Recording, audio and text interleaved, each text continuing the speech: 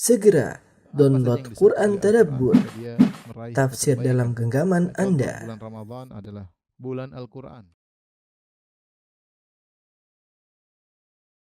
Bismillahirrahmanirrahim. Assalamualaikum warahmatullahi wabarakatuh.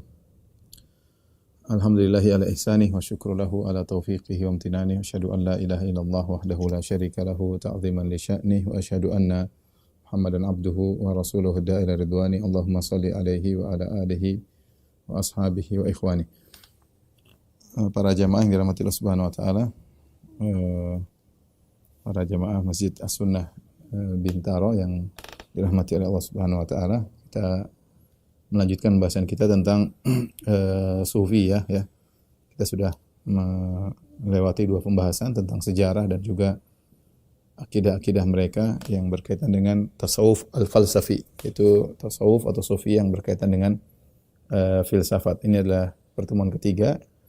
Kita akan bahas bagaimana sikap-sikap sufi ya dalam menjalani ibadah mereka, dan rata-rata mereka ekstrim dan menyimpang dari ajaran Al-Quran dan Sunnah ya. Tentunya tidak semua sufi ya seperti itu, tapi inilah yang diriwayatkan dari top-topnya orang-orang sufi ya, tokoh-tokoh sufi ya, dan rata-rata yang diriwayatkan adalah menyimpang dari yang diajarkan oleh syariat Islam yang sempurna.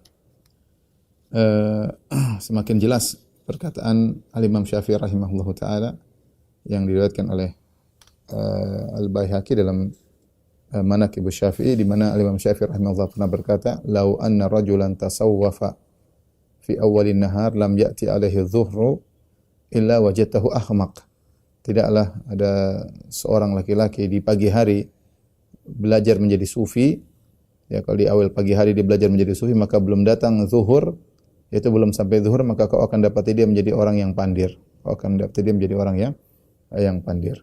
Kenapa? Kalau kita bicara tentang sufiyah yang ekstrim, ya, kita tidak bicara tentang sufi yang berarti zuhud ya, jangan sampai dicampur adukan ya. Sudah kita jelaskan ada sufiyah yang bermakna zuhud, maka ini istilah dan dinisbahkan kepada orang-orang yang saleh, salafus saleh, dikatakan mereka orang zuhud, maksudnya dikatakan mereka orang sufi, ya maksudnya mereka orang yang zuhud. Tapi kita tidak bicara tentang itu.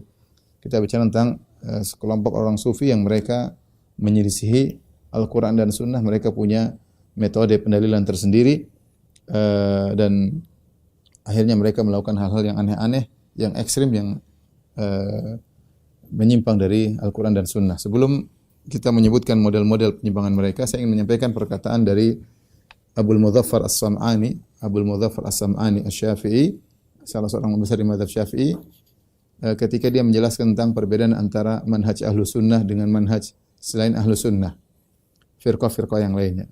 Beliau berkata, "Wa amma sairul firaq fa talabud dina la bi tariqihi." Adapun seluruh firqah-firqah yang ada, mereka mencari agama tidak melalui jalan Nabi sallallahu alaihi wasallam. Li'annahum raja'u ila ma'qulihim wa khawatirihim. Karena mereka ketika mencari agama, mereka kembali kepada akal mereka atau kembali kepada khawatir, itu kata-kata hati mereka, perasaan-perasaan mereka. Fatalabud dina min qibalihi, maka mereka pun mencari agama dari sisi itu, ya, dari sisi akal dan dari sisi perasaan mereka. Fa idza sami'u syai'an minal kitabi was sunnah araduhu ala mi'yari uqulihim. Maka kalau mereka mendengar sesuatu dari Al-Qur'an dan Sunnah, mereka timbang dengan akal mereka, timbang dengan perasaan mereka. Fa in istaqama qabiluhu, kalau ternyata cocok dengan akal mereka, cocok dengan hati mereka, perasaan mereka, mereka terima.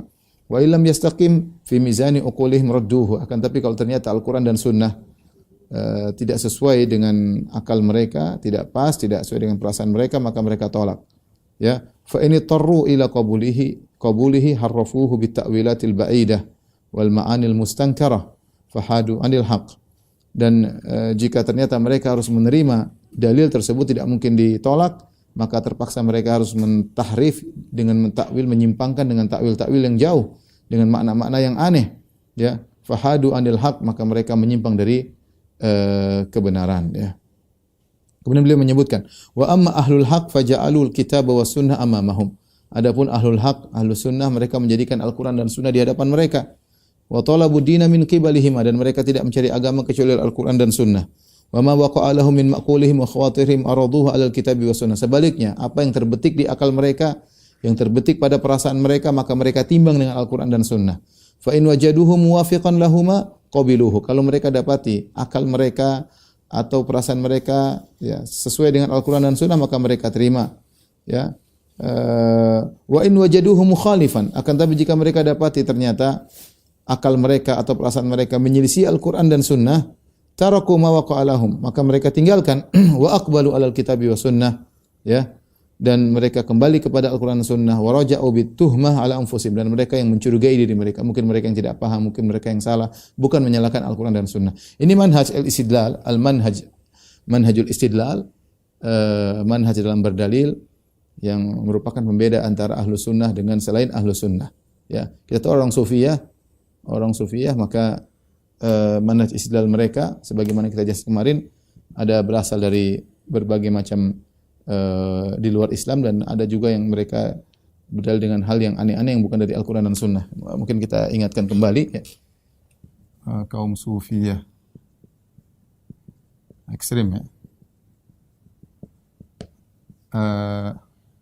Sumber luar,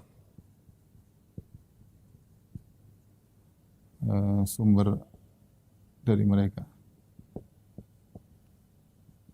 Sumber luar sebagaimana sudah kita jelaskan kemarin, mereka terpengaruh oleh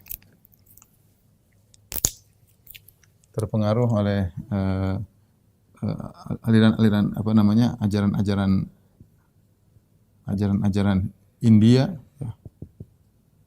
Kemudian juga ajaran-ajaran Buddha.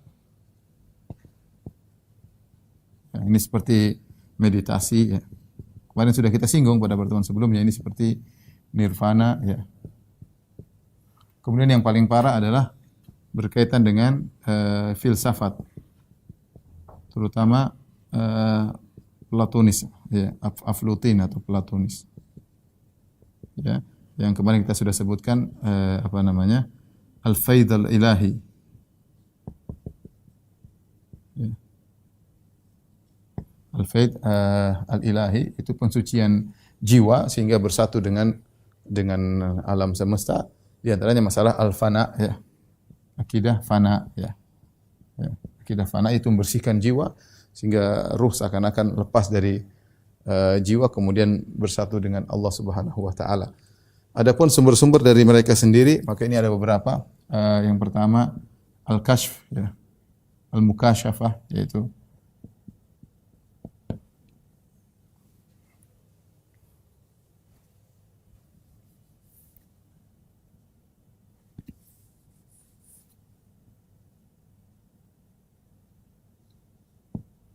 al-kashf ya, atau mukasyafah.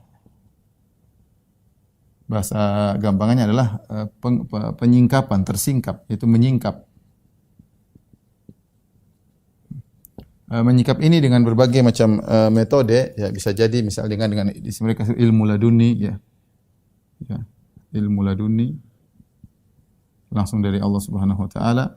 Bisa jadi ketemu Nabi secara nyata ya. Dari Nabi dalam kondisi sadar,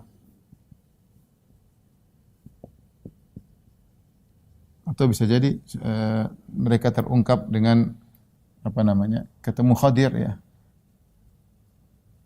Nabi Khadir ya. Kemudian di antara sumber mereka adalah mimpi. Di antara sumber mereka adalah misalnya al-hawatif. Ini sering mereka sebutkan dalam buku-buku mereka. Itu adanya suara yang memerintahkan atau membenarkan. Atau membenarkan. Al-Kashf bisa dengan Al-Wajid ya, dan macam-macam. Nanti inilah sumber-sumber mereka sehingga mereka jadikan dalil untuk apa namanya, untuk menjalankan ibadah mereka. Dari sini kita tahu, dari sini kesimpulannya ya, sumber mereka bukan ya, di antara juga yang keempat, hadis-hadis palsu. Sering mereka jadikan dalil hadis-hadis palsu. Ya. yang sesuai dengan yang mereka bikin, yang sesuai dengan apa namanya keyakinan mereka. Di sini kita tahu bahwasanya sumber mereka bukan Al-Qur'an, bukan juga sunnah, bukan juga ijma. Sebagaimana sumber kaum muslimin. Oleh karenanya terkadang dari sisi ini kita sulit nyambung juga ya. Terkadang kita sulit nyambung juga dengan mereka karena mereka punya dalilan tersendiri. Ya, mereka punya dalilan tersendiri sehingga mereka sering melakukan hal-hal yang menyimpang dari syariat. Akan kita buktikan nanti setelah ini yang ini semua mengakibatkan akibatnya banyak praktek-praktek ibadah mereka yang menyimpang dari syariat. Banyak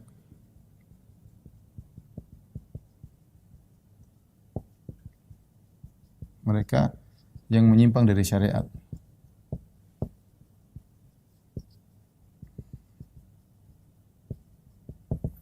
Nanti akan kita sebutkan di antaranya yang menyimpang dari syariat ya. Seperti sebagiannya di antaranya akan kita sebutkan misalnya sengaja tidak makan dan minum berbulan-bulan bahkan bertahun-tahun.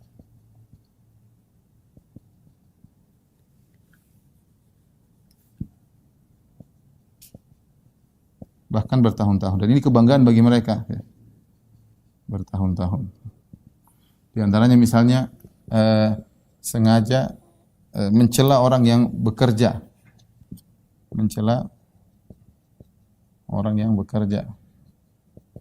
Bertakasub yang bekerja. Ya, misalnya di antaranya penyimpangan mereka juga tawakal yang salah. Tawakal yang keliru dengan meninggalkan ikhtiar.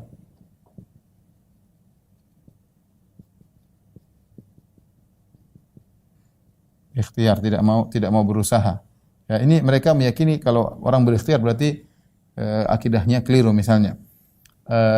Contohnya juga misalnya ketakutan yang berlebihan, ya, khauf zaid.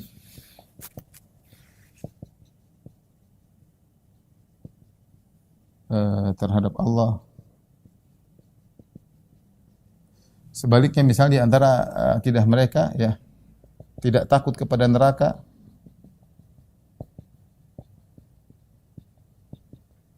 kemudian tidak ingin masuk surga, tidak merindukan surga. Bahkan mereka mencela kalau ada orang seperti ini ya. Ini contohnya ya.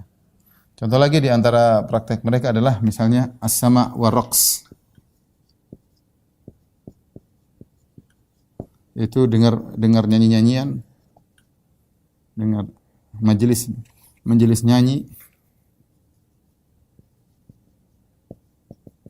nyanyian dan joget untuk bisa mendekat kepada Allah dengan seperti ini. Kemudian membuat zikir-zikir sendiri.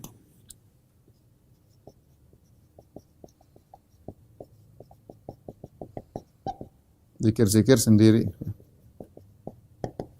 Di antara juga misalnya adalah mengasingkan diri. Ya. Menyendiri dalam goa, menyendiri, ya. Berbulan-bulan, bahkan puluhan tahun,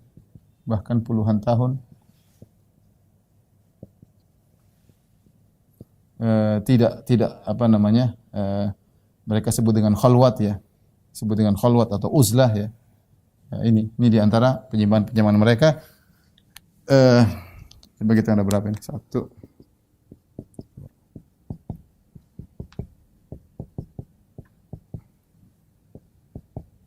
Itu masih banyak lebih daripada ini. Insyaallah nanti mungkin kita akan sebutkan. Ya. Taib, inilah akibat dari ketika sumber agama mereka bukan dari Al-Quran dan Sunnah, maka timbullah hal-hal yang menyimpang dari mereka yang semuanya ini adalah bertentangan dengan Al-Quran dan Sunnah. Taib, kita akan menyebutkan contoh satu persatu insyaallah taala tentang penyimpangan-penyimpangan tersebut. Sebelumnya saya ingin menyampaikan bahwasanya ya, kita Ahlus Sunnah wal Jamaah, sumber kita adalah Al-Quran dan Sunnah. Ya. Kita punya contoh yang sangat nyata Nabi Muhammad sallallahu alaihi wasallam. Laqad kana lakum fi Rasulillahi uswatun hasanah. Sungguh pada diri Nabi ada teladan yang baik. Kemudian juga Allah Subhanahu wa taala mengatakan, "Qul in kuntum tuhibbunallaha fattabi'uni yuhibbukumullah wa yaghfir lakum dzunubakum." Katakanlah kalau kalian mencintai Allah, ya, fattabi'uni, ikutilah aku Muhammad sallallahu alaihi wasallam. Ikutilah aku. Nabi sallallahu alaihi wasallam mengatakan, fa innahu may ya'ish minkum fasayara ikhtilafan katsira. Siapa yang hidup setelahku dia akan melihat banyak perselisihan masalah agama. Fa alaikum bisunnati, peganglah sunnahku. Wa sunnatil khulafar rasyidin, sunnahnya para sahabat. Adzu 'alaiha bin nawajid. Gigitlah dengan geraham kalian. Wa iyyakum wa muhdatsatil umur, dan waspadalah kalian perkara-perkara yang baru dalam agama. Fa inna kulla muhdatsatin bid'ah. Dan setiap perkara baru dalam agama adalah bid'ah, wa kulla bid'atin dhalalah. Dan setiap yang bid'ah adalah kesesatan, ya. Oleh karenanya Islam adalah agama yang samhah, kata Nabi sallallahu alaihi wasallam, bu'istu bil hanifiyyati samhah. Ya, aku diutus dengan bawa agama yang hanifiyah, yaitu agama yang jauh daripada kesyirikan, yang samhah, tidak ekstrim, tidak seperti ekstrimnya Yahudi, ya, demikian juga tidak terlalu ruhbaniyah seperti Nasara, ya. Tapi samha, agama yang mudah, yang logis, yang bisa cocok untuk seluruh zaman, ya, dan seluruh tempat Islam, ya, yang diutus dengan wasatiyah, dengan keadilan, ya. Nah, ini semua adalah Islam. Oleh karenanya Rasulullah SAW melarang misalnya seorang tidak mau nikah sebagaimana orang-orang Nasara. Kalau seandainya boleh, para sahabat dulu mereka akan mengkebiri diri mereka supaya mereka bisa rajin ibadah. Tapi mereka Rasulullah SAW larang. Makanya ketika ada 3 orang datang bertanya kepada Aisyah radhiyallahu taala anha tentang ibadah Nabi ketika Nabi sedang di rumah, kemudian Aisyah menjelaskan, faka'annahum taqalluha, maka mereka seakan menganggap tidak begitu banyak ibadah Nabi, sehingga mereka kemudian menggunakan logika mereka. Nabi sallallahu alaihi wasallam sudah diampuni dosa-dosanya yang telah lalu maupun akan datang. Nah, kita bagaimana? Kalau Nabi telah diampuni dosa-dosanya akan lalu dan akan datang, ibadahnya sekian, ya, maka misalnya ibadah Nabi 100, maka kita harus 1000, gampangnya demikian. Karena kita enggak terjamin, sehingga mereka akhirnya punya logika ibadah mereka harus lebih banyak dari Nabi sallallahu alaihi wasallam. Maka kemudian mereka pun punya ide. Salah satunya berkata, "Inni sa'asum wala uftir." Aku akan berpuasa dan aku tidak akan berbuka. Ini sa'asum wala uftir. Aku akan puasa melulu, tidak akan berbuka. Yang satu berkata, "Inni usalli aqumul lail wala anam." Aku akan salat malam melulu dan aku tidak tidur. Ya, ingin banyak ibadah. Yang satunya lagi berkata, "Inni sa'atazilun nisa." Aku akan meninggalkan para wanita. Aku tidak mau menikah. Menikah mengganggu ibadahku. Maka hal ini sampai kepada Nabi SAW ketika Nabi mendengar tekad mereka, dan mereka niatnya baik. Niat mereka adalah untuk bisa mendekatkan diri kepada Allah, untuk banyak beribadah kepada Allah Subhanahu wa taala. Ya, maka Nabi SAW tegur, "Antumul ladzina qultum kadza wa kadza." Kalian yang mengucapkan ini dan itu. Rasulullah tegur, "Fa inni atqakum li rabbi wa akhsyakum." Aku ini yang paling bertakwa kepada Allah dan aku yang paling takut daripada kalian. Aku lebih bertakwa, lebih takut kepada Allah. Tapi walakinni usalli wa anam. Tapi aku salat, aku tidur. Ya. Wa asumu wa aftir. Aku berpuasa dan aku berbuka. Wa atazawwajun nisa, dan aku menikahi para wanita. Wa man raghiba an sunnati falaysa minni. Barang siapa yang benci dengan sunnahku bukan dari golonganku, ya. Rasulullah ingatkan, ya. Jangan punya logika sendiri untuk beribadah ikut hawa nafsu, ikut perasaan, enggak. Ya, makanya tadi Abul Mudzaffar As-Sam'ani mengatakan Ahlus Sunnah mereka menimbang perasaan mereka, menimbang logika mereka dengan Al-Qur'an dan Sunnah. Ahlul bid'ah mereka menimbang Al-Qur'an dan Sunnah dengan akal mereka, logika mereka dan perasaan mereka. Ya, terbalik, ya.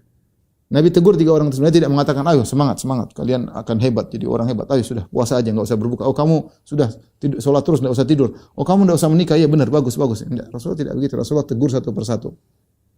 Demikian juga hadis yang masyhur, ya. Ketika Salman Al-Farisi datang ke rumah Abu Darda, dia mendapati istrinya Salman mutabadzila, pakai pakaian yang kurang rapi, dan itu bukan kebiasaan wanita-wanita dahulu. Wanita dahulu mereka pakaian rapi untuk menyambut kedatangan suami mereka.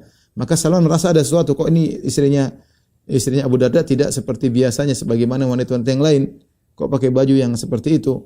Maka dia berkata bagaimana aina di mana Abu Darda, ya, kenapa engkau begini? Kenapa engkau pakai baju seperti ini? Maka kata Ummu Darda, akhuka Abu Darda laisa lahu hajatun ila dunya.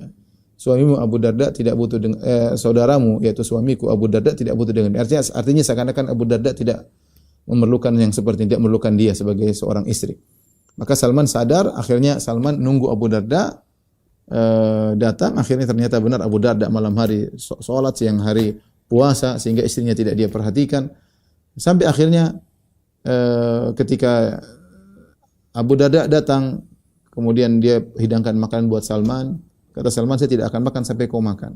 Kata Abu Darda, saya sedang puasa. Kata Salman, buka puasamu baru saya makan. Akhirnya Abu Darda buka puasa.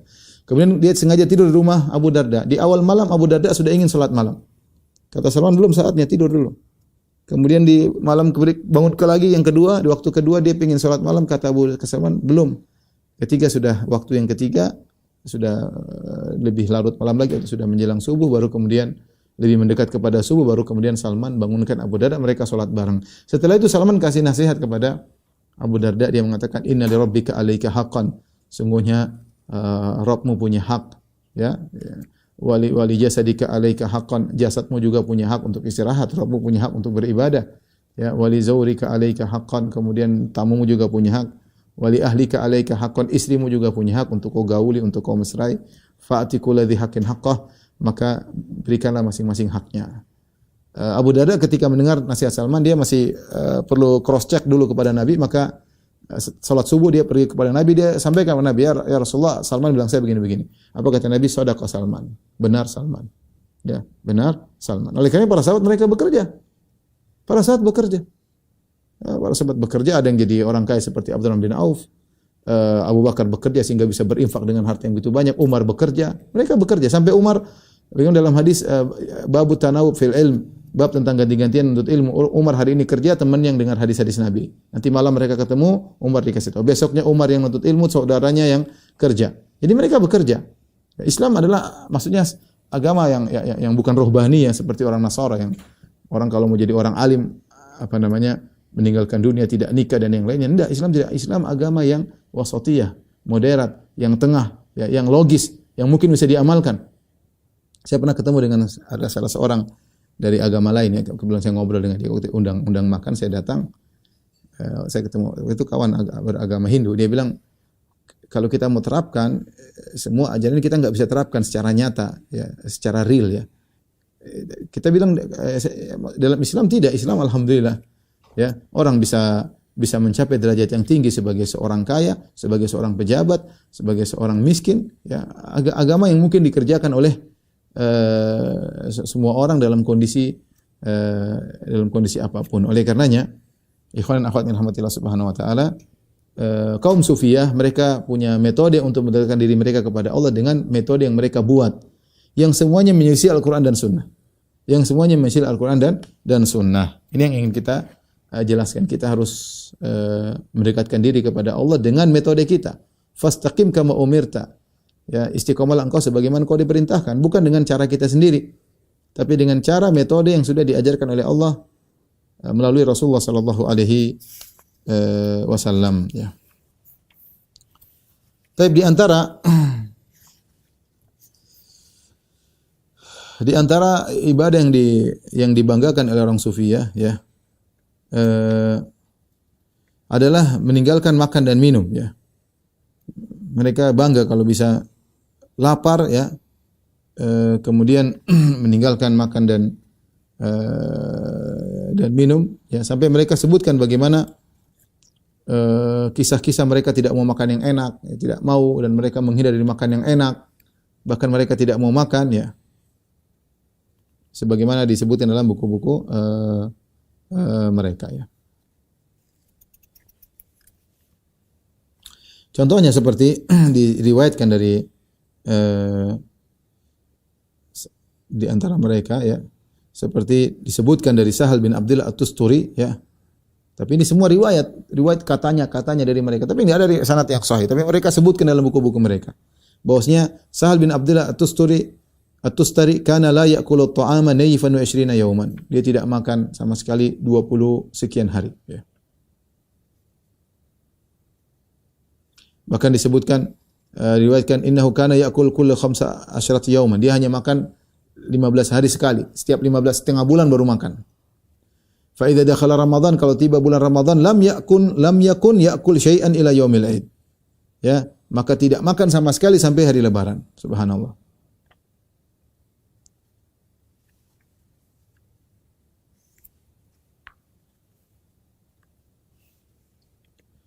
Dan banyak yang menakjubkan ya.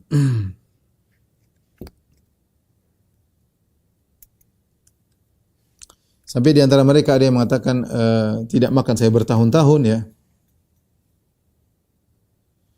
Tidak makan sampai bertahun-tahun. Ini semua ya kalau kita baca seperti khurafat ya, tapi mereka banggakan berbulan-bulan ya. Contoh seperti karena ada seorang sufi di antara mereka dikatakan ya dia itikaf di sebuah tempat yang tentunya ditutup. Wa kana yamkuthu fiha sittata ashhur la ma'a wala ta'am. Dia menetap di tempat tersebut iktikaf ya, tidak makan selama 6 bulan. Ya. Tidak makan selama 6 bulan ya.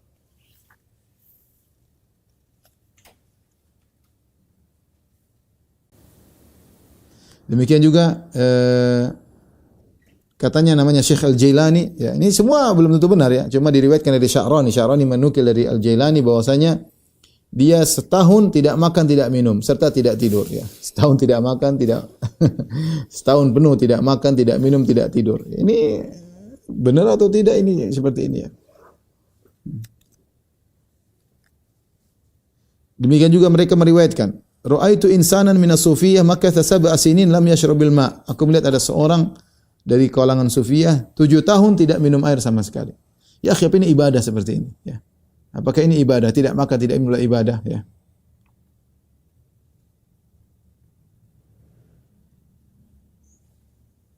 Disebutkan juga namanya Fariduddin Mas'ud yang wafat tahun 664 Hijriah, dia berkata disebutkan bahwasanya dia berdiri di atas kakinya selama 20 tahun, tidak pernah duduk dan tidak pernah makan sama sekali. 20 tahun tidak pernah duduk, tidak pernah makan. Ini khurafat, tapi dalam buku-buku sufiyah tersebar cerita-cerita seperti ini, seakan-akan bahwasanya makan atau kenyang adalah perkara yang haram ya.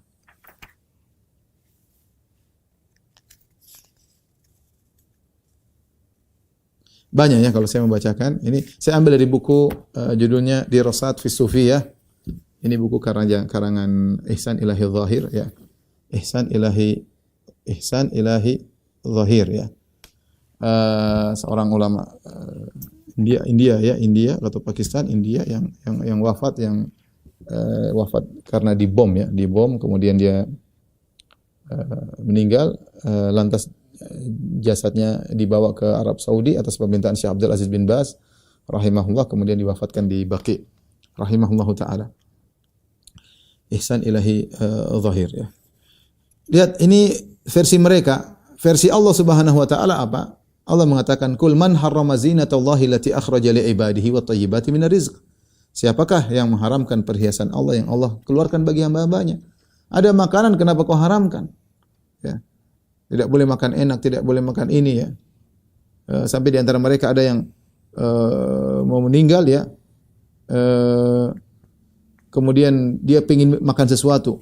Kemudian enggaklah, saya sudah bertahun-tahun tidak makan ini, kenapa di penghujung saya harus makan ini? Dia ada makanan lezat, dia tidak mau makan. Siapa yang mengharamkan makanan lezat?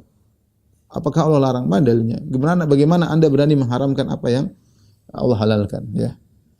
La tuharrimu ya thayyibati ma ahallallahu lakum. Kata Allah, jangan kau haramkan apa kebaikan-kebaikan yang Allah halalkan bagi kalian, enggak boleh. Kita bukan rohbaniyah, kita bukan kerahiban, enggak. Ya, kita Islam, kita bukan orang-orang India yang kemudian melaparkan diri mereka sampai perutnya sampai habis seperti itu, kemudian menganggap itu suatu ibadah kedekatan kepada Tuhan. Enggak, Rasulullah SAW makan enak juga. Rasulullah SAW makan rutop, ya, korma. Rasulullah SAW makan onta. Rasulullah SAW makan kambing, ya. Rasulullah SAW diundang makan, Rasulullah SAW datang, ya.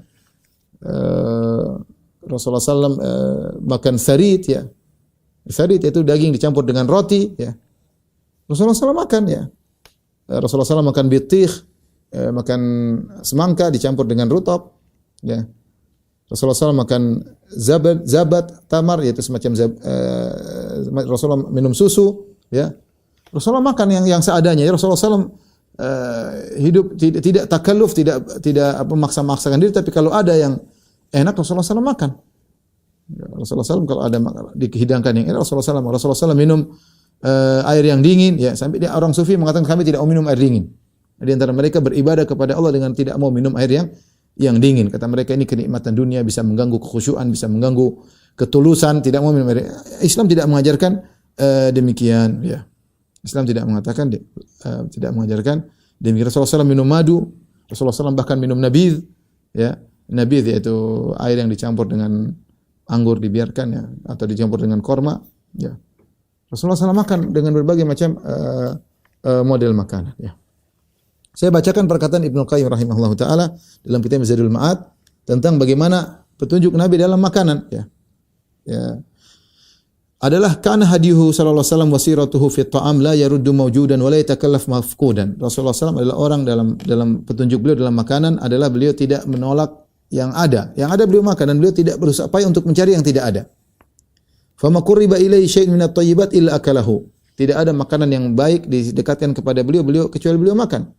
Illa an ta'afahu nafsuhu fayatrukahu min ghairi tahrim. Ada kecuali makanan yang beliau tidak bisa makan, beliau biarkan tanpa beliau haramkan. Seperti dhab ketika dimakan oleh Khalid bin Walid, Rasulullah SAW dihidangkan, Rasulullah SAW tidak mencela makanan, Rasulullah tidak makan, tapi Rasulullah SAW tidak mengharamkan. Wa ma abatu aman qad. Rasulullah tidak pernah mencela makanan sama sekali. Wa akala al-halwa wal asal wa kana yuhibbuhuma. Rasulullah SAW makan yang manis-manis. Rasulullah SAW makan madu dan Rasulullah suka dengan yang manis-manis, ya. Beliau akala lahmal jazur wal dha'an wad dajaj wal lahmal habara atau wal lahmal wahsh wal arnab. Beliau makan onta, beliau makan kambing, beliau makan ayam, ya. Beliau makan kelinci, ya. Kemudian makanan laut atau amal bahar, ikan beliau makan. Beliau makan syawi yang dipanggang. Beliau makan rutop dari korma, beliau minum susu, ya. Beliau sawik yaitu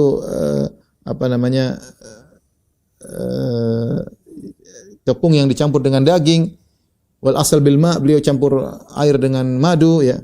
Dan banyak yang beliau makan, ya. Beliau makan. Beliau makan al-kabid al-mashwiyah, makan hati yang dibakar, ya. Beliau makan al-qadid, susu yang dikeringkan, ya. Disebutkan, ya. Beliau makan as-sarid bisamin, yaitu as-sarid yaitu daging yang dicampur dengan kuah, ya. Dengan gandum, ya. Wa akal jubun, beliau makan keju, ya. Dan banyak beliau akal khubz bizait, beliau makan roti dengan minyak, ya. Ibnu Qayyim sebutkan banyak contoh dalam hadis-hadis, ya. Ya. Terkadang beliau kelaparan, bukan sengaja untuk lapar, beliau kelaparan sampai beliau mengikat perut beliau dengan batu, ya. Bahkan terkadang hilal lewat. Kalau lagi susah mau diapain? Hilal lewat 2 bulan tidak ada api dinyalakan di rumah beliau, ya. Tapi kalau ada makanan beliau makan. Inilah Nabi sallallahu alaihi wasallam, ya. Adapun mereka kaum sufiyah, mereka memutarbalikkan kondisi yang hal-hal mereka haramkan, tidak boleh minum ini, tidak boleh makan ada yang tidak mau minum susu, ada yang tidak mau makan daging, ada yang ini semua ruhbaniyah. Ini metodenya orang-orang Nasara zaman dahulu, ya. Seperti itu ketika mereka ingin mencapai kedekatan kepada Allah, mereka mengharamkan hal-hal yang dihalalkan oleh Allah Subhanahu wa taala. Kemudian di antara penyimpangan kaum sufiyah juga adalah tarkut takassub, yaitu sengaja tidak mau bekerja. Sengaja tidak mau bekerja, ya. Mereka menganggap bahwasanya bekerja adalah perkara yang merupakan kemungkaran, ya. Padahal terlalu banyak dalil yang menunjukkan perintah untuk bekerja, ya. seperti sabda Nabi SAW, inna atyaba ma akaltum min kasbikum. Ya, sungguhnya yang terbaik apa yang kalian makan adalah dari hasil pekerjaan kalian. Ya. Seperti Rasulullah memuji Nabi Daud, karena yakulu min amali yadih. Nabi Daud alaihissalam dulu makan dari hasil kerjanya sendiri. Ya.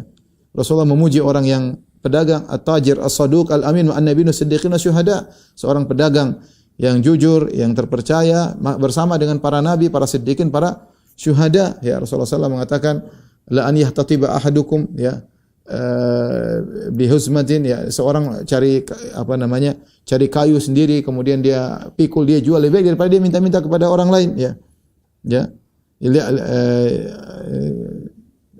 Ini dipuji oleh Nabi sallallahu alaihi wasallam. Bahkan para sahabat di bulan Ramadan mereka bekerja. Sebagaimana sudah pernah saya sampaikan kisah Qais bin Sirmah Al-Ansari radhiyallahu anhu yang bekerja di siang hari, kerja berat. Kemudian akhirnya ketika mau berbuka tidak ada makanan, kemudian dia tidur. Akhirnya tidak sempat berbuka, akhirnya dia kerja lagi besok sampai pingsan. Ya, artinya dia bekerja. Bahkan di bulan Ramadan mereka bekerja. Karena mereka tahu bahwasanya kerja adalah sesuatu yang baik ya. Allah Subhanahu wa taala mengatakan famshu fi manakibiha wa kulu min rizqihi, berjalan di penjuru muka bumi cari rezeki Allah Subhanahu wa taala suruh, ya. Fa idza qudiyatis salatu fantashiru fil ard wabtaghu min fadlillah. Kalau sudah selesai salat Jumat, maka bertebarlah cari rezeki. Rasulullah sallam dalam Al-Qur'an terlalu banyak Allah mengatakan wa anfiqu, berinfak. Gimana kalau enggak kerja? Mau innallaha lam yumtir dhahaban, Allah tidak menurunkan hujan emas. Ini semua bagaimana mau kalau tidak bekerja, ya. Bayangkan kalau umat semua tidak bekerja. Mana yang tidak ada dokter, tidak ada, kacau. Jadi Sufyan ini kalau berkembang menjadikan terbelakang. Makanya Sufyan disenangi oleh orang kafir yang ingin menghancurkan Islam. Mereka menyebarkan buku-buku Sufia. Karena orang kalau sudah kena racun Sufia tidak mau kerja, tidak dianggap itu kerja kurang tawakal, kurang inilah, ya. Saya tidak mengatakan semua Sufia, ya. Saya mengatakan ini yang termaktub dalam buku-buku mereka yang menjadi pedoman mereka. Ya.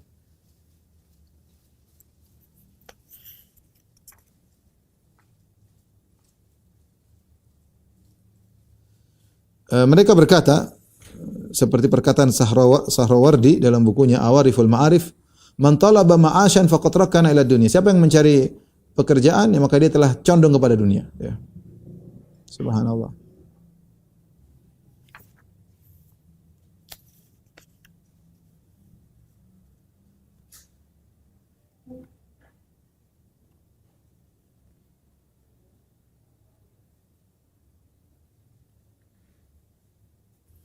Disebutkan Sarawardi dari Abu Yazid Al-Bustami, dikatakan kepada Abu Yazid Al-Bustami, "Ma naraka nashtaghil bil kasb?" Saya lihat kau tidak kerja wahai Abu Yazid. "Fa min aina ma'ashuka?" Dari mana kehidupanmu? Kata dia, "Maula yarzuqul kalb." Allah memberikan rezeki kepada anjing, kepada babi.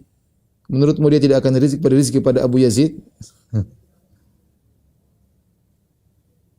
Sahrawardi juga berkata, "Idza kamula syughlus sufi billah wa kamula zuhduhu li kamali taqwahu bi hukmil waqti alaihi yatruku tasabbub." Ya.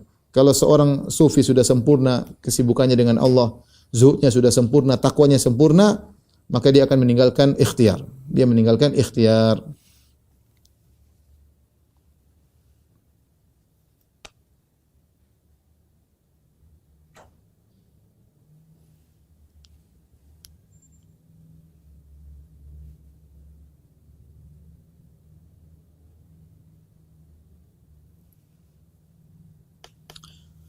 Banyak nukilan-nukilan, ya. Tapi intinya ini menyelisihi syariat, ya. Justru syariat menyuruh seorang untuk bekerja, tidak berharap kepada orang lain, makan dari hasil kerjanya sendiri, apalagi bisa membantu orang lain. Bagaimana dia bisa bantu orang kalau dia tidak punya penghasilan? Makanya kalau sufi ini berkembang dengan metode seperti ini, maka akan hancurlah Islam, Tidak ada ahli pengobatan, tidak ada dokter, tidak ada ini, tidak ada, kacau, ya. Jadi makanan bagi negara-negara kafir yang zalim yang ingin menghancurkan Islam.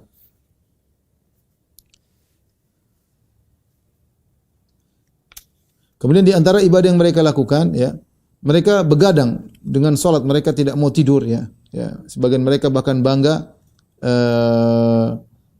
kalau tidak tidur, ya. Kalau tidak tidur di malam hari untuk beribadah kepada Allah Subhanahu wa taala. Padahal itu sudah kita sebutkan hadis Ketika ada seorang mengatakan, "Inni usallil lail wala anam." Aku akan salat dan aku tidak tidur, maka Nabi tegur, ya. Dan Allah menyebutkan di antara nikmat yang Allah berikan kepada hamba-hambanya adalah nikmat tidur. Wa huwa alladzi ja'ala lakumul laila libasa wan nauma subata. Dialah yang menjadikan bagi kalian malam sebagai pakaian dan tidur sebagai istirahat. Ya, Allah menjadikan salah satu kenikmatan yang Allah berikan kepada hamba-hambanya adalah dengan tidur. Lihatlah Nabi SAW, Nabi tidur, makanya disebut tahajud. Apa tahajud? Tidur dulu. Dan dalam hadis Rasulullah SAW bangun di malam hari, kemudian Rasulullah SAW menghilangkan rasa kantuk dari matanya. Rasulullah berwudu, Rasulullah tidur. Rasulullah SAW tidur. Ini usolli wa anam, aku salat, aku tidur. Ya. Nabi Daud alaihissalam salat tidur. Apa kata Nabi SAW? Wa habbus salati ila Allah salatu Daud. Salat yang dicintai oleh Allah salatnya Nabi Daud. Kana yanamu nisfal lail wa yaqumu thuluthahu wa yanamu sudusahu. Dia tidur setengah malam, kemudian sepertiga malam salat, kemudian seperenam malam tidur lagi. Dan itu disyariatkan. Nabi mengatakan alaikum minal amali ma tutiqun. Hendaknya kalian beramal yang kalian mampu. Jangan sampai orang menyangka bahwasanya tidak tidur adalah ibadah kepada Allah Subhanahu wa taala, sengaja tidak tidur, ini menyelisih sunnah Nabi sallallahu alaihi wasallam. Disebutkan salah seorang dari tokoh sufia bahwasanya dari Abil Fawaris Syah bin Syuja' Al-Kirmani disebutkan annahu lam yanam li arba'ina aman, tidak tidur 40 tahun. Dia tidak tidur 40 tahun. Masih hidup, tidak tidur 40 tahun. Wa indama nama ru'ya Allah Subhanahu wa taala fi naum. Ketika dia tidur, maka dia lihat Allah dalam mimpi. Kemudian dia berkata, "Ya ilahi kuntu atlubuka bi sahril layali fara'aituka fi naum." Ya Allah, aku mencari Engkau dengan begadang. Ya, ternyata aku melihat Engkau dalam tidur, dalam mimpi. Maka Allah berkata, "Ya Syah, laqad adrakta fi an-nawm bugyataka bi sahrika lail. Walau kunta nimta hunaka lama ra'aita huna." Engkau telah mendapatkan keinginanmu karena kau sudah begadang selama 40 tahun. Seandainya kau tidur waktu itu, kau tidak akan melihat aku di sini.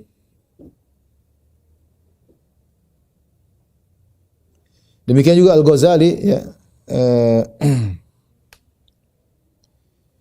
menyebutkan dari seorang yang bernama Wahb bin Munabbih, ini diriwayatkan bahwasanya dia berdoa kepada Allah agar dihilangkan tidur darinya, maka dia tidak tidur selama 40 tahun. Ini semua ini bukan ibadah ya ikhwan ya. Ini Sufyan menyampaikan cerita begini, ini bukan ibadah. Ibadah tidak ada tuntutan ibadah untuk seperti ini. Siapa yang lebih baik daripada Nabi sallallahu alaihi wasallam?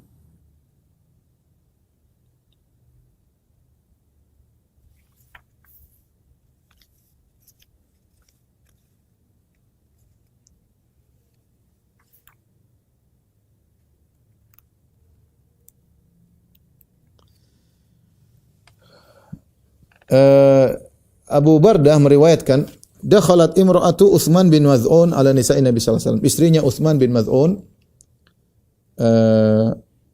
menemui istri-istri Nabi, ya. Utsman bin Maz'un orang yang terkenal rajin ibadah. Fara'ainaha sayyi'atal hay'ah. Mereka dapati kondisi istrinya Utsman bin Maz'un radhiyallahu anhu kurang rapi ya. Maka mereka berkata, faqultu lahu ma laki? Ada apa dengan engkau? Ya. Fama fi Quraisyin rajulun aghna min ba'lik. Lihat orang suamimu kaya banget ya. Kenapa pakaianmu kok begini ya? Maka dia berkata, "Malana minhu syai' amma lailuhu faqa'imun wa amma naharuhu fasaimun." Kami tidak dapat apa-apa dari suamiku. Suamiku itu kalau malam salat malam, kalau siang puasa. Ya. Begitu kegiatannya, tidak pernah nyentuh aku. Fadakhalna ila Nabi sallallahu alaihi wasallam fadzakarna dzalika. Falakihi faqala ya Utsman amalaka bi uswah. Maka istri Nabi pun lapor kepada Nabi. Ini Utsman bin Maz'un ibadah melulu, malam salat malam, siang puasa. Kapan mau nyentuh istrinya? Percuma istrinya pakai pakaian yang rapi, percuma. Maka mereka lapor istri Nabi lapor kepada Nabi, maka Nabi panggil, "Ya Utsman, wahai Utsman, amalaka bi uswah? Tidakkah cukup aku menjadi teladan bagimu?" Ya. "Wa madzak? Ada apa ya Rasulullah?" Kata Rasulullah SAW, "Tasumun nahar wa taqumul lail." Kau puasa siang hari, puasa melulu, malam salat malam terus. "Inilah af'al." Benar aku melakukannya ya Rasulullah. Kata Nabi, "La taf'al." Inna li ainika 'alaika haqqan. Jangan kau lakukan. Matamu punya hak untuk tidur. Wa inna li jasadika 'alaika haqqan. Jasadmu punya hak untuk istirahat. Wa inna li ahlika 'alaika haqqan. Dan istrimu juga punya hak. Fasholli wa nam wa sum wa aftir. Maka salatlah dan tidur dan berpuasa dan berbukalah. Ya. Ini hadis riwayat Al-Imam Al-Bukhari. Di antara praktek yang salah juga dari para sufi, ketakutan yang berlebih-lebihan, ya. Ya, sampai disebutkan mereka takut kalau mereka dirubah tubuh mereka menjadi anjing atau yang lainnya atau babi, ya. Ya, mereka berkata, "Wa min akhlaqis sufiyah khaufum anna Allah Ta'ala yakhsifu bihimul arda." Jadi antara akhlak sufiyah yaitu takut kalau Allah menbenamkan mereka dalam bumi, ya. Oleh karena diriwayatkan dari salah seorang sufi, dia berkata, "Inni la anzuru fil mir'ah kulla yaumin miraran." Aku tiap hari bolak-balik lihat ke kaca. Makhafata an yakuna qad iswadda wajhi. Aku khawatir wajahku jadi hitam, ya.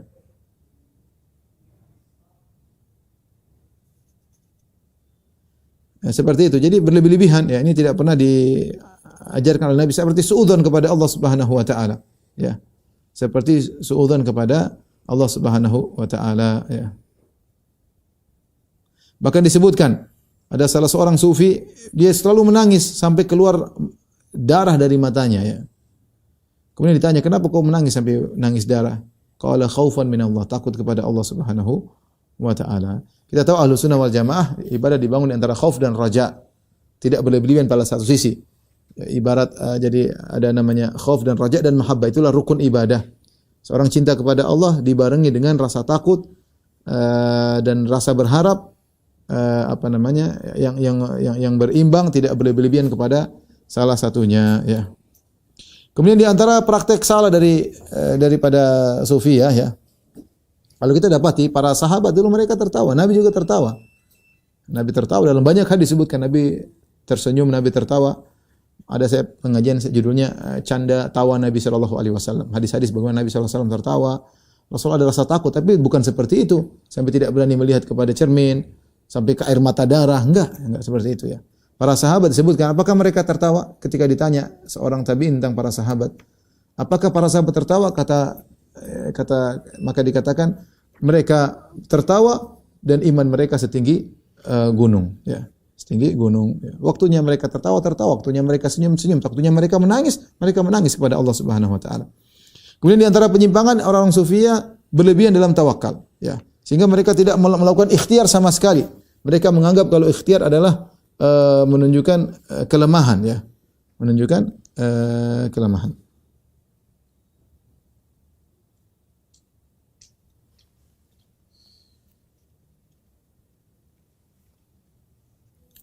Seperti mereka berhaji tidak mau bawa apa-apa, ya. Mereka nekat, ya. Kalau ada yang haji bawa apa-apa berarti belum benar tawakalnya, ya. Ada cerita yang bisa saya bacakan, ya. Dari Abu Hamzah Al-Khurasani, dia berkata, aku suatu hari berhaji, sehingga aku di satu jalan tiba-tiba aku jatuh di sebuah sumur. Maka dalam hatiku aku ingin minta tolong. Jatuh dalam sumur, tapi aku tidak mau. Kalau minta tolong berarti ikhtiar, tidak mau. Timbul dalam hatiku ingin minta tolong, tapi kalau aku minta tolong berarti aku ikhtiar. Tiba-tiba ada dua orang lewat dekat di mulut sumur. Ya, aku mau panggil, enggak lah, enggak. Tiba-tiba salah seorang dari mereka berkata, mari kita tutup mulut sumur ini supaya tidak ada orang yang jatuh. Oh iya, benar ini lubang sumur, jangan sampai ada yang jatuh, kita tutup aja. Maka ketika mereka mau tutup, saya mau berteriak karena saya lagi di dalam. Saya mau teriak, namanya ikhtiar, enggak boleh teriak. Aku berkata dalam diriku, asihu ilaman huwa aqrabu minhuma. Enggaklah, aku berteriak kepada Allah saja. Saya enggak mau panggil mereka berdua. Ya. Akhirnya aku diam. Dan benar akhirnya mereka tutup mulut sumur, kemudian mereka pergi. Ini maksudnya dia ingin jelaskan, saya tawakal luar biasa, dia tidak meminta tolong. Sampai akhirnya setelah lewat beberapa waktu, tiba-tiba aku mendengar bunyi sesuatu, ya, di mulut sumur, ya. Kemudian dia menurunkan kakinya, kemudian dia berkata, seakan-akan dia berkata, ta'allaq birijli, seakan-akan dia berkata, pegang kakiku. Maka aku pun pegang kaki tersebut, aku keluar, ternyata ada hewan buas yang menyelamatkan aku. Tiba-tiba ada suara berkata, ya Aba Hamzah, kaifa tara najaynaka minal halak bil halak. Wahai Abu Hamzah, lihat bagaimana kami bisa menolong engkau dengan dari kebinasaan dengan kebinasaan, yang artinya ditutup semua akhirnya bisa selamat. Nah, ini kalau orang baca seperti ini, kemudian dia nekat tidak mau ikhtiar, bisa mati ya. Islam tidak mengajarkan ini. Islam mengajarkan untuk ikhtiar, untuk berusaha. Ini malah meninggalkan usaha sama sekali. Bahkan kalau seorang berusaha disebut tercela tauhidnya. Ini ajaran Sufiyah tidak benar seperti ini. Harusnya kalau dia tidak mau melakukan sebab, tidak usah pegang kaki hewan itu. Harusnya dia biarin aja sampai keluar sendiri. Harusnya begitu. Ketika dia memegang kaki hewan tersebut untuk selamat, berarti dia sudah ikhtiar. Harusnya enggak usah. Kalau dia mau komitmen ya.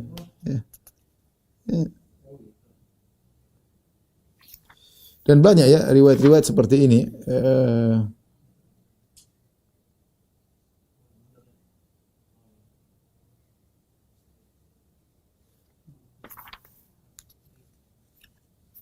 Lihat Rasulullah SAW, bagaimana tawakal. Rasulullah SAW berusaha. Rasulullah SAW mau perang, Rasulullah SAW pakai baju perang double, pakai helm. Rasulullah SAW atur strategi, semuanya dengan usaha.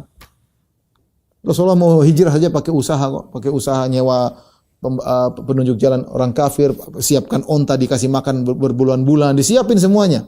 Ada penunjuk jalan, sembunyi dulu di Jabal Thawr, semuanya usaha. Ya, Islam yang logis ini enggak logis ya. Saya masalah makanan. Abu Hurairah bercerita, suatu hari Rasulullah SAW keluar, tiba-tiba ada Abu Bakar dan Umar. Maka Rasulullah SAW berkata, apa yang ma akhrajakuma min buyutikuma hadhihi sa'ah? Hadisnya riwayat Muslim ya. Apa yang buat kalian keluar di waktu seperti ini? Ya. Kenapa kalian berdua keluar? Qalal ju', ternyata kami lapar ya Rasulullah. Kami mau cari makan. Kata Nabi, ana walladzi nafsi biyadi la akhrajani alladzi akhrajakum. Aku demi zat yang jiwaku berada di tangannya, aku keluar juga karena lapar seperti kalian. Kumu, ayo kita jalan bareng. Maka mereka pun, Nabi pun datang kepada seorang dari Ansar. Ya, ternyata Nabi bertamu ke rumahnya, ternyata dia lagi tidak di rumahnya. Maka tatkala istrinya melihat Nabi datang, istrinya berkata, "Marhaban wa ahlan, selamat datang." Rasulullah bertanya, "Aina fulan, mana suamimu?" Lagi ngambil air, ya. Tiba-tiba datang lelaki tersebut, kemudian dia melihat kepada Nabi dan Abu Bakar dan Umar, kemudian dia berkata, "Alhamdulillah, ma ahadun al-yawma akram adhiyafan minni." Segala puji bagi Allah. Tidak ada yang paling mulia punya tamu seperti aku saat ini. Ya, maka dia pun membawa korma, kemudian dihidangkan kepada Nabi sallallahu alaihi wasallam, ya, subhanallah. Nabi lapar, Nabi pergi bertamu dan dikasih makan, ya. Ya, kemudian dibawakan juga kambing, kemudian dihidangkan kepada Nabi sallallahu alaihi wasallam, Nabi makan, Nabi minum. Di antara usaha, ya, yang dilakukan oleh Nabi dan para sahabat. Tapi waktu kita tinggal sedikit ya. Kemudian di antaranya tawadhu yang berlebih-lebihan ya. Ya, di antara mereka berkata namanya tawadhu, mereka menganggap siapa yang merasa yadhunnun at-tarafu 'alal kalb takabburan. Siapa yang menganggap dirinya lebih baik daripada anjing itu adalah kesombongan, harus lebih hina daripada anjingnya. Sampai disebut salah seorang dari mereka ketika berjalan sama anjingnya, ada jalan becek sama jalan bagus. Dia pilih jalan becek, anjing sudah lewat jalan yang bagus. Kata dia, enggak, saya enggak mau merasa tinggi di hadapan anjing. Ini berlebihan seperti ini ya. Sampai di antara mereka ada yang sengaja mencuri. Disebutkan dia bangga, saya kemudian supaya menghilangkan tawadhu, saya mencuri, kemudian dipukul orang, dimarah-marahin orang untuk menghinakan dirinya agar bisa tawadhu. Allah mengatakan wala qad karramna bani Adam. Allah muliakan bani Adam. Siapa menyuruh kita menghinakan diri kita ya? Ya. Makanya disebutkan salah seorang sufi berkata, la yakunu sufi sufiyan hatta la tuqilluhu ardun wa la tudhilluhu sama wa la yakunu lahu qabulun indal khalq. Tidaklah seorang menjadi sufi sejati sampai bumi tidak menerimanya dan langit tidak menerimanya, sampai seorang pun tidak ada menerimanya. Ya. Jadi itu barunya tawadhu.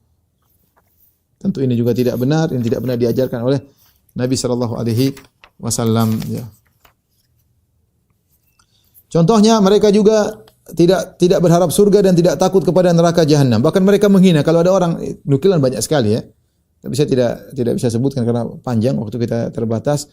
Intinya mereka menghina kalau ada orang yang rindu surga, apa itu katanya? Ibadah pedagang. Kalau takut sama neraka, saya mengatakan, ya Allah, kalau saya beribadah kepadamu karena takut neraka, masukkan aku ke neraka.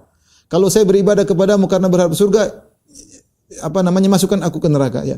Dia tidak takut kepada neraka, dia meremehkan kalau orang yang takut sama neraka, ingin surga itu apa itu anak-anak. Seperti disebutkan ketika ada seorang baca firman Allah, wa fakihatin mimma yatakhayyarun wa lahmi tayrin mimma yashtahun. Buah-buah yang dipilih di surga, daging burung yang disukai. Apa kata seorang sufia, dia berkata apa? Nahnu idzan sighar. Kita ini berarti anak kecil dong. Senang kalau dikasih buah-buahan, dikasih burung. Jadi ngejek. Ini semua tidak benar. Para nabi seluruhnya pingin surga. Nabi Ibrahim alaihissalam yang sangat cinta kepada Allah Subhanahu wa taala berdoa untuk dimasukkan dalam surga. Wa ja'alni min warathati jannatin na'im. Ya Allah, jadikan aku pewaris neraka, pewaris surga yang penuh dengan kenikmatan. Bahkan di antara mereka ada yang berkata, orang sufi, ya sama'u wa ya ardu ishhada anni ma khatara ala qalbi dzikrul jannah wa narqat. Ya mithlu Ibrahim al-Khalil. Bahkan ngejek, dia mengatakan apa? Dia mengatakan, saksikanlah wahai langit dan wahai bumi, saksikanlah kalian berdua, tidak pernah terbetik dalam benakku sama sekali surga, dan tidak pernah terbetik dalam benakku sama sekali seperti neraka sebagaimana terbetik pada Ibrahim. Luar biasa ya. Bagaimana meremehkan Ibrahim alaihissalam dan menganggap remeh surga ya. Padahal Nabi dalam banyak doa minta surga banyak sekali. Ini sudah pernah kita bahas. Kemudian di antara yang menakjubkan, orang sufi mereka melakukan hal-hal yang haram di luar daripada syariat. Contohnya diriwayatkan dari mereka, ada di antara mereka yang minum khamar, dan mereka banggakan ya, seperti disebutkan orang sufi namanya Ainuddin, kana yashrabul khamr lailan wa naharan. Minum khamar siang malam. Ya, minum khamar siang malam ya. Kemudian juga misalnya disebutkan di antara karamat mereka ya, disebutkan yaitu Syuryani al-Qusuri, kana qiblatul hajat wa ka'batas sa'ilin wa talibin. Dia adalah kiblatnya kebutuhan dan dialah Ka'bahnya para pemohon dan para peminta. Walam yakun yaqdi lahdzatan bidun khamr. Tidak ada satu waktu pun tanpa khamr, selalu minum khamr.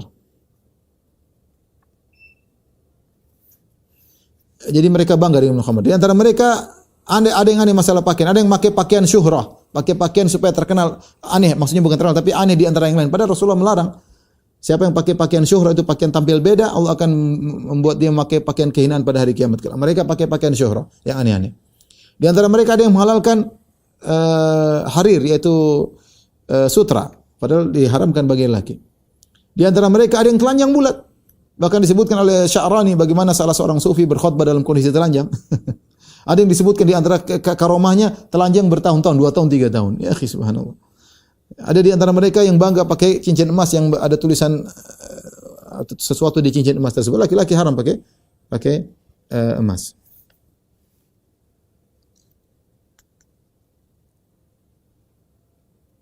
Kemudian di antara mereka adalah kesalahan mereka adalah meninggalkan manusia, kemudian masuk dalam goa atau dalam tempat, matikan lampu berbulan-bulan, bertahun-tahun, ya,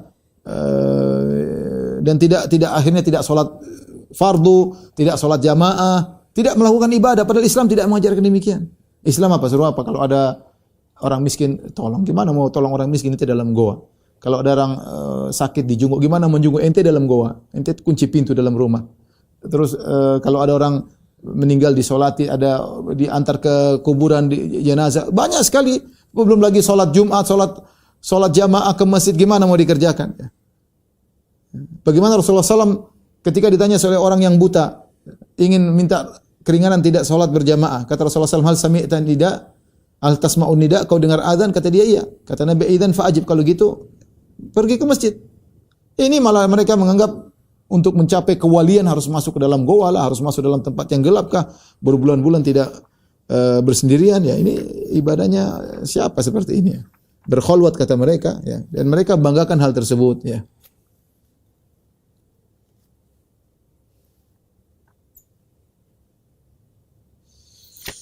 Dan banyak nukilan mereka membanggakan hal tersebut, dan ini semua adalah kesalahan ya. Ibnu Taimiyah punya perkataan yang indah, beliau berkata, hadhil khalawat qad yaqsidu ashabuha al-amakin allati laysa fi adhan. Ketika mereka melaksanakan khalawat ini, mereka ingin tempat-tempat yang tidak terdengar azan, tidak juga iqamat. wala masjid yusalla fihi salatul khams, dan juga masjid yang tidak ada salat 5 waktu. Ya.